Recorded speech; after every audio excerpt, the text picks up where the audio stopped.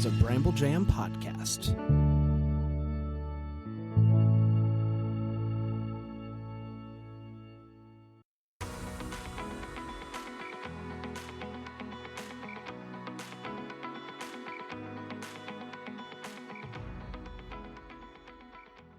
Welcome to Girls Gone Hallmark, a Hallmark review podcast. I'm Megan, and I'm a longtime Hallmark fan. I'm Wendy. I'm a former Hallmark hater. We're kicking off Loveuary today with The Way to You, which originally premiered on the Hallmark Channel on Saturday, February 7th, 2026, and it's currently available to stream on Hallmark Plus.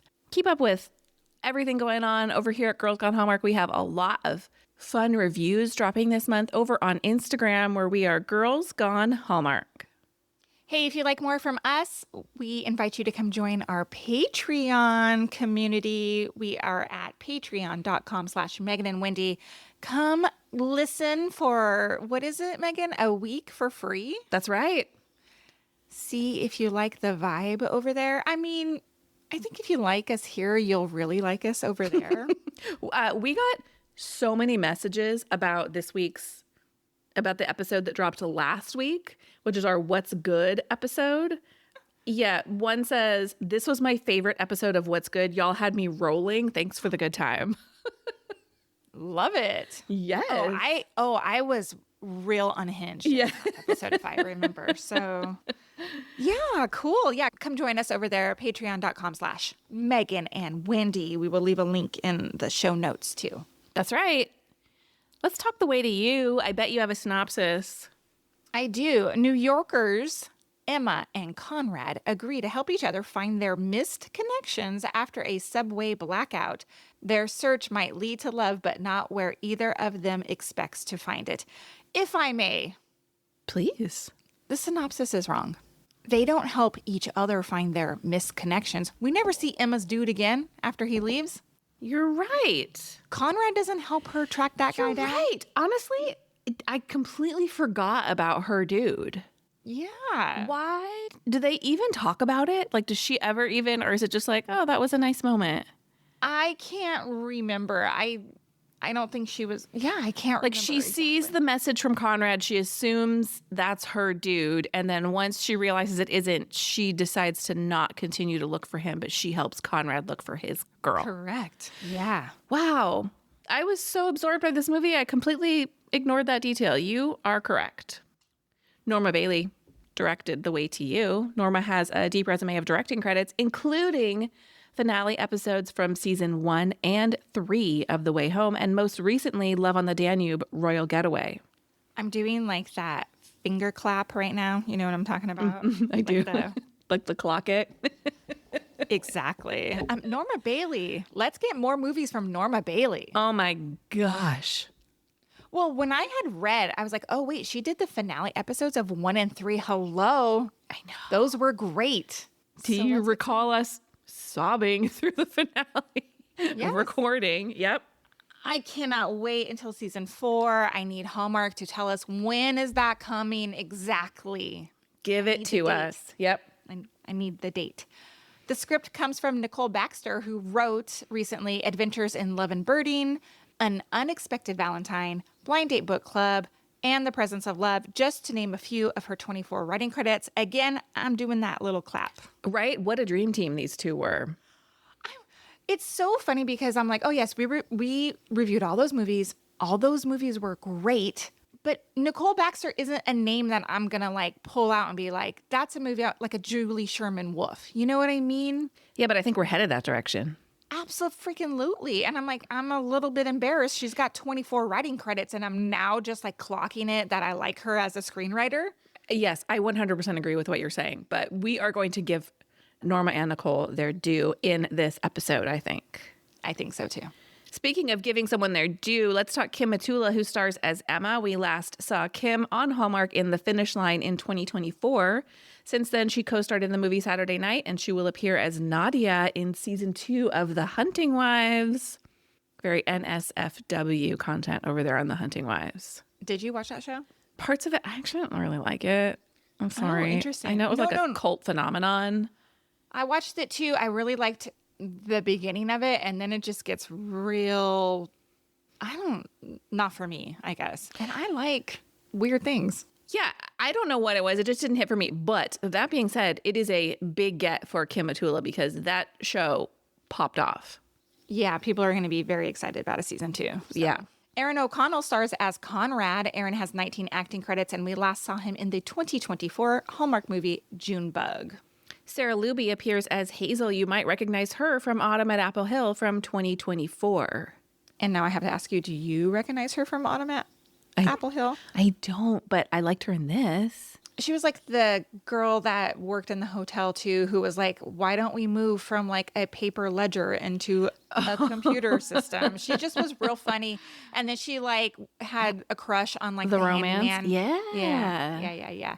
Are you sitting outside? I hear birds. I'm not, but the door's open. Here, hold on. Let me close it. I felt like you had your own like Snow White situation happening there. I was like, I was hoping to avoid my dog, who is sound asleep, but will no doubt decide he wants to go out as soon as I'm all hooked up. Eugene Buffo appears as Sid. This marks his 17th acting credit, but he has been on Hallmark before in Crashing Through the Snow and A New Year's Resolution. If you know, you know. Jacob Blair appears as Aaron. He's previously appeared in several Hallmark projects like Following Yonder Star, Holiday Hotline, and A Winter Getaway. Chelsea Brown plays Simone. This is just her second Hallmark appearance. She previously was part of An Unexpected Valentine. Ryan Ma appears as Lance. This is his 39th acting credit and was last on Hallmark in Holiday Road from 2023. This movie had the working title, Finding My Connection.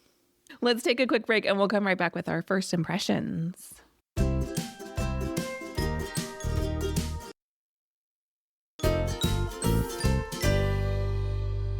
Hey, Wendy, what was your first impression of The Way to You? God, I hope this lands. I'm looking for a man in finance, trust fund, 6'5", blue eyes, finance. You know that, right? It's in my team to see that. I absolutely know that. Okay, yes. Good. Well, this is going to fall real flat. My first impression is, do I need to read The Count of Monte Cristo? Oh, I thought that too. I've never read it. It's a classic. I've never read it. Maybe I will. They loved it. I mean, coming to a pop culture club near you, if you're a part of Patreon, I think, do we need to start a book club over on Patreon? Well, that's interesting because there were two things that made me think. One of the Valentine movies that we're reviewing, our friend Dara over at Dear Hallmark recently shared that the book The Secret Ingredient by the writer Nancy Nagel, which is the book that the movie The Secret Ingredient was based on, was a Kindle deal of the day. And I was like, oh, hey, we're reviewing that. I didn't realize it was a book because I haven't looked into that movie yet at all. I'm going to attempt to read that. I ended up downloading the audiobook. It's on my phone right now in Libby. And I was like, oh, that would be a fun companion piece.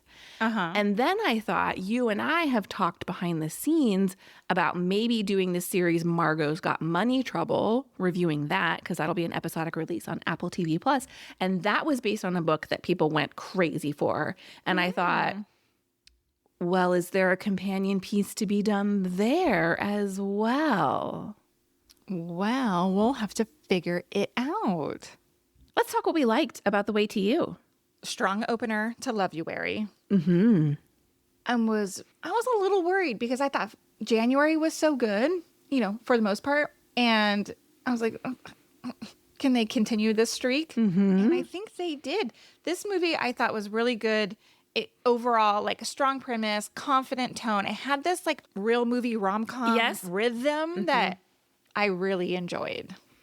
Yeah, it's funny that you say that because I finished watching this and then I had to get in my car and go somewhere. And I was thinking to myself, I was like, man, Hallmark's just knocking it out of the park. Honestly, I feel like 2025, everyone spent the whole year going like, oh, what's happening, right? I mean, there were some good movies, but it was a rough year. And I just feel like they're just like, bam, bam, bam.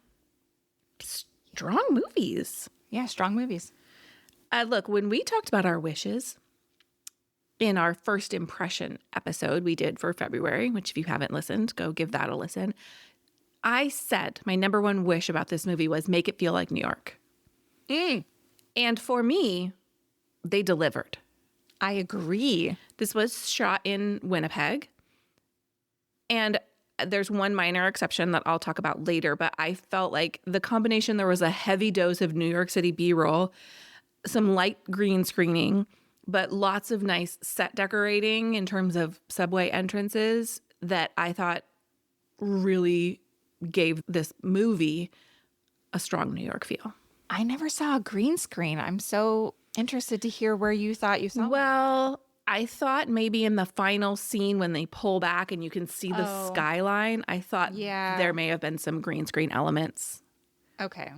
in there. It didn't look like a green screen, though. I just thought, oh, you can see those buildings. That's got to be not Winnipeg, but maybe it is. It wasn't a waterfall that was so obvious. Twas not. Okay. Well, let me tell you something to the listeners. Apparently, I really like to eat crow.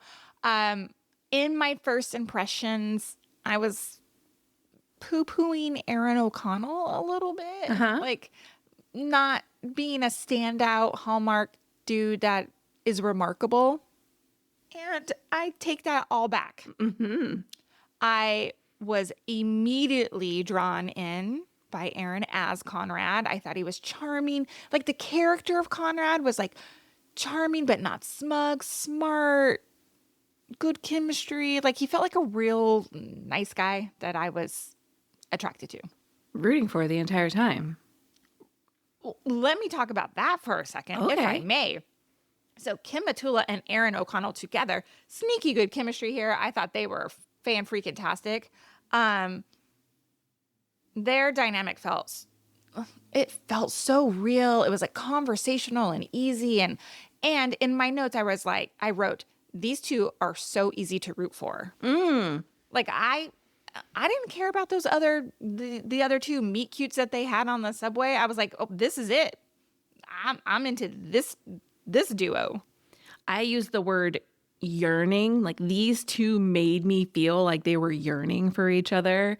And there's no contrived conflict in this movie, which I loved. There was nothing for me to have to be like, I got to get over that real fast so they can get back together at the end. There was none of that. I agree. They just, she was trying to let him find his own person. And they just, there are so many scenes where you can tell that they want to tell the other one how they're feeling, but they just don't do it. And I was believing it. Me too. And that's what makes for a good movie. When you're sitting on your couch at home on a, Saturday night. And you're like, tell him. Yes. Yes. Yeah. They did that really well. Speaking of Emma, Kim Matula's character, the scene where she stumbles upon Simone at the bar and realizes it's her. And then I thought, oh no, here it is. But you know what? Queen behavior, no manipulation. She just goes back and goes, oh, there she is. And that's what made Emma super likable to me. Like, if she would have went the other way and was like, oh, I'm not going to tell him. And then that unfolds into what I expected it to. This was so refreshing. I 100% agree with you. She puts the ball in his court. But the thing to me about that scene, the wordless acting she does, where she clearly has an internal conflict about telling him about ending this moment that they're having. And she kind of like physically is fighting with herself, is so great. And that is the scene that made me feel like, well, it was that scene among others. It made me feel like Kim Matula might not be long for the Hallmark world. As much as I hope she continues to make Hallmark movies, like at least one a year, because she's so fun to watch, I do worry she may quickly grow beyond the Hallmark sandbox. Yes, I hear what you're putting down. Yeah. Hear what you're putting down. If I can rewind for a second, I did think their respective meet cutes in the subway, those were real cute. They were real cute. The coffee thing a little bit, whatever. But like that character of Emma is like, so like, it's big deal. Like He offers to give her his shirt. I know. And then the other one was really cute. Like I found myself, I was like, okay, I like these pairings. But then of course, when we get to our real pairing, I was like, oh, this is 100 times better. But I did really like those subway scenes. I thought were fun to watch. Mm-hmm. I thought they were very cute. Can we talk about a scene that I loved is Emma asking Sid, her sister's husband. She's like, oh, any good gossip from the hospital? And he's like, oh yeah, 2 cardiologists are getting divorced. And then he has no follow-up information. I was like, that is every man I know, especially my husband. Mm-hmm. He'll be like, oh, so-and-so is getting divorced. I'm like, oh no, what happened? He's like, I don't know. I'm like, this is your best friend for the past 25 years. You guys lived together in college and you didn't say like, what happened? Where are you living now? What's going on with the, like, follow up, please. Give me the details. Yeah, I agree.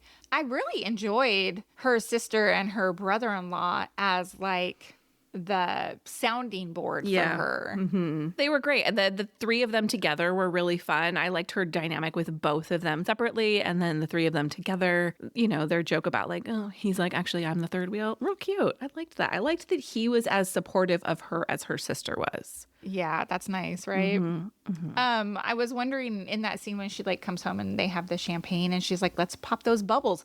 They said bubbles twice. I'm like, can you not say champagne? Oh, I don't know. Pop that sparkling wine. It's not really champagne. Exactly. Yeah. Exactly. Speaking of other dialogue, there was one line that I LOL'd, and it is when Emma and Conrad they're like walking, and I think they're talking about, he's like, oh, I can set you up with somebody. I'll look through my Rolodex. And she's like, do you work on Wall Street in the 80s? I just thought that was so funny. Mm-hmm. So funny. Also, for me, we know the movie Ghost and the pottery scene is the gold standard. We know that. But this scene really worked too. I thought it was super playful and flirty, and it served its purpose of these two like getting closer together without being cheesy. Uh-huh. I really loved it. Co-sign everything you said about that scene. And then lastly, for me, I thought this bigger theme landed. You know, we have Conrad who has this belief that there has to be a lightning connection, right? And he talks about it where it's like, it's modeled after my parents. They've been married all this time and blah, blah, blah. And that's all sweet. But I love how this movie challenges that idea that if you're too attached to what love should look like, you're going to miss it. That's so interesting because that's actually kind of in my wishes. Oh, tell me more. Like you said, at the beginning, Conrad is telling his current situationship that, you know, if lightning doesn't strike, what's the point? And to me, that read like it's love at first sight or GTFO. Agree. But then later he goes on, Emma keeps referring to his lightning strike. She keeps talking about that. You know, I want you to have your lightning strike. And he at one point says, well, what I really meant was you shouldn't have to force it. Mm-hmm. And to me, those sound like 2 very different sentiments. And I guess maybe my brain didn't process the point at which he realized that the love at first sight wasn't the key, because then all of a sudden it doesn't work for him and Emma to be together. Yeah, exactly. So then I just thought, did he change course because his relationship with Emma didn't follow the lightning strikes protocol? Or maybe did I miss something? No, I where don't they think workshop so. that? I don't know. Maybe it got cut. I don't know. Maybe they're like, people aren't going to like think that much into this movie and these themes. So maybe, because I liked I'm on board with you shouldn't have to force it. If it's hard in the beginning, if you're like forcing a connection, of course. Mm-hmm. But I'm not like you need to love at first sight. Like lightning doesn't necessarily need to strike. It can be a slow burn. And I wouldn't even call these 2 a slow burn. No, I would agree. They just didn't start with romance in mind necessarily. Right. Mm-hmm. I have a couple other wishes, but what do you have in yours? First of all, my dudes on the subway, ask for the name. I was like yelling at the TV. Seriously. Like, you know your stop is coming and how chaotic it is getting on and off the train. Ask the name and the number before like that all happens. I really was surprised that they didn't say like, oh, can I get your number? I actually in that scene was thinking like, are they just meeting people every day on the subway and this is just like no big deal to have this like real meet cute conversation? Because to me, that feels remarkable to have a conversation like that with a stranger. And so to miss the opportunity to even know their name was a choice. Agree. And it was funny too, because when boss Lance was like, you didn't get the number, socials, anything. I was like, okay, this was so for 2026, you know? By the way, when they go to that store and he's like, Lance. And I had secondhand embarrassment for him. No, I thought it was so funny. That look, hilarious. If somebody said go into a store, like just say Lance and you'll get the discount, I would be like, I'd rather pay full price. You don't want to take that chance. No. Tell me what else. I have one more wish, but tell me your others. Why did Emma's date Aaron agree to go out with her again after clocking that she's into Conrad and Conrad is likely into her? Like, he comes back after the first date and Conrad's like, how was the date? And he was like, well, it was fine, but she's not into me. And he was like, you don't really go jogging with someone you're just friends with. Like, he's like pushing back on like them being just friends. And then Emma's like, well, maybe I should just give Aaron a chance, like just because lightning didn't strike, right? I just thought Aaron knew. And maybe he was like, well, I don't want to write it off just because there wasn't a love connection.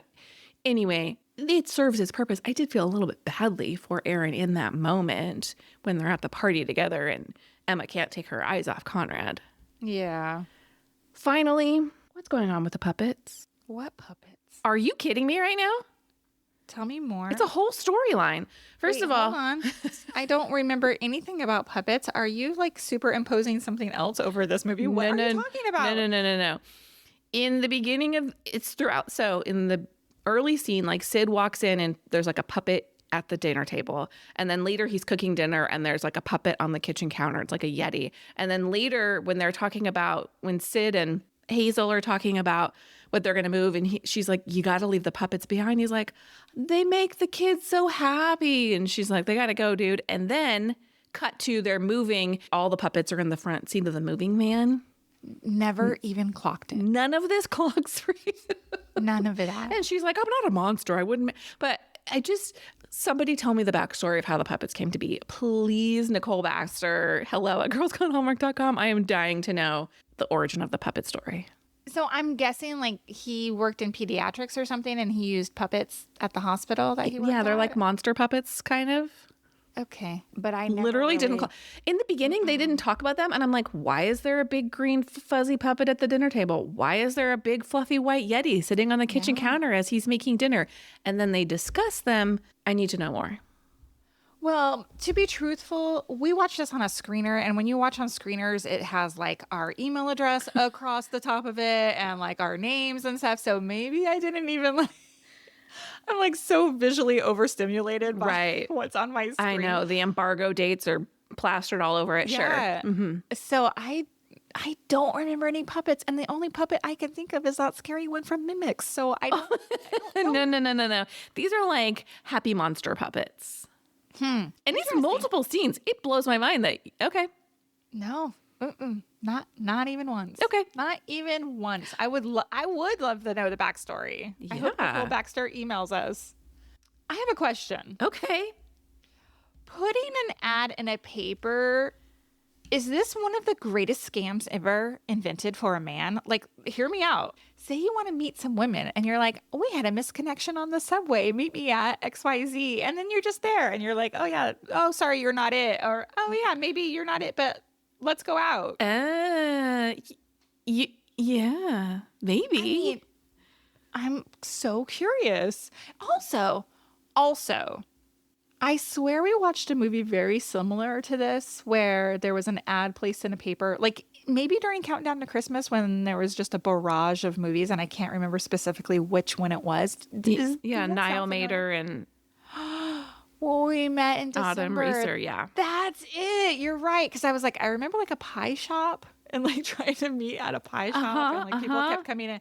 That's the movie it was. Okay. So that's interesting, right? Like there's two movies with this ad placed in a paper. Yeah. Do people actually do that in 2026? I don't know. Okay. Let's hear your did you see that? When the blackout moment happens on the subway, which was really not that bad. No. You know, not to make the paper the next day about like a subway blackout. When the power goes out, not one single person panics. Everybody is just staring at their phones. It's like a glow of phones. I was like, is this super accurate? I thought it was well done. This must just happen all day long. The soft jog scene. I loved all this so very much. But when they run into coworker Aaron and Conrad and Aaron are wearing the identical finance bro quarter zip. I mean, chef's kiss to who did the costumes. I thought this was so subtle and funny. No notes. I thought it was so funny. And I wanted her to call it out because she had joked earlier. She was like, does everyone wear gray in an earlier scene? And so when they show up in the same thing, I wanted her to be like, huh? But then it was kind of nice that she didn't because I agree. Great. Yeah. Super funny. What else do you have? I have 3 more, but I want to hear what else you have. In the final scene when Conrad is racing to get to Emma, the shots of the SUV are flying through the street. Like that SUV is hauling ass through those streets. Kind of actually stressed me out a little bit. The subway stations are the brightest, cleanest New York City subway I've ever seen. I'm like, make it dirtier, make it darker. Oh, yeah. You know, I was thinking about the whole subway thing. I've only been on 3 subways in my entire life. New York, London, and Boston. And New York was by far the scariest. I was with you, by the way. Do you recall that?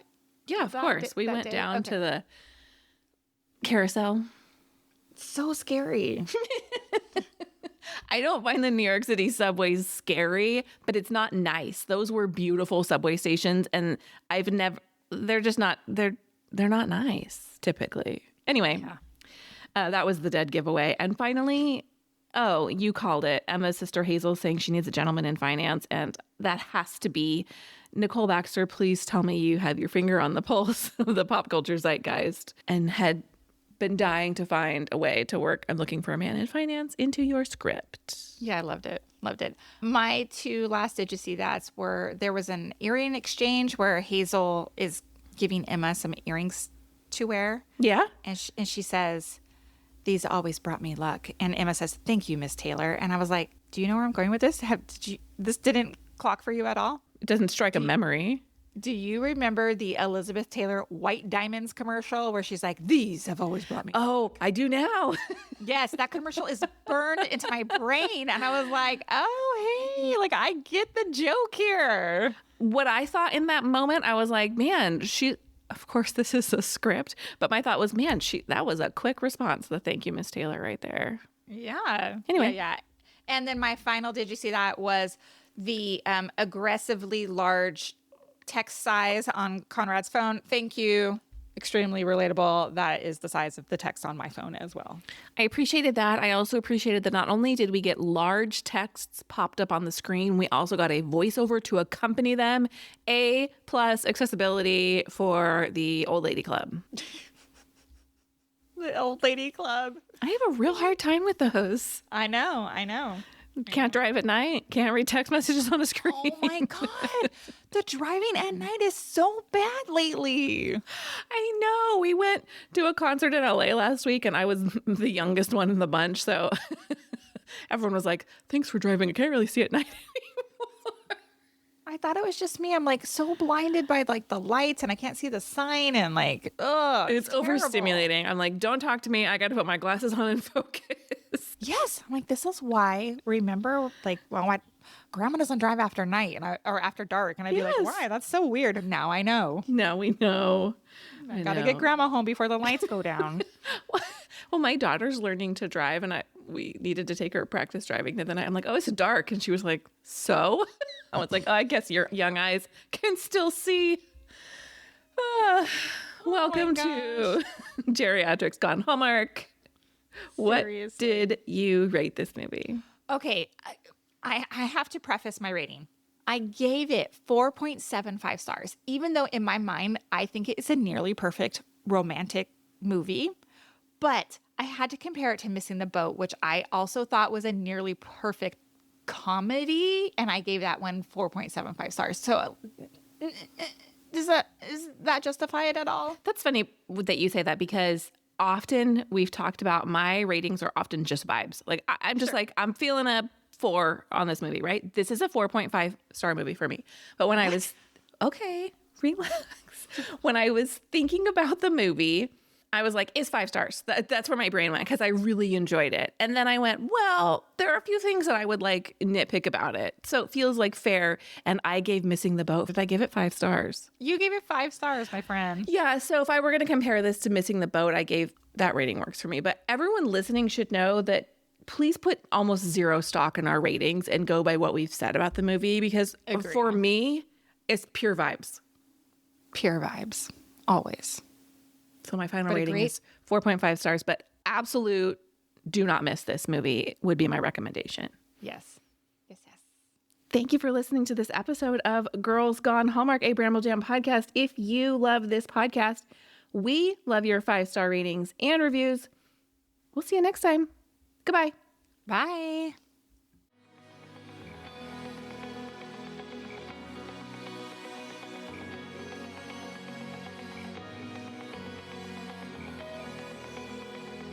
All right, friends, before we go, just a quick heads up. You're about to hear some ads. These little gems help us keep the show running and the Hallmark love flowing. So do with that info what you will. Grab a snack, hit the skip button, or maybe, just maybe, listen in and discover your new favorite product. Bye.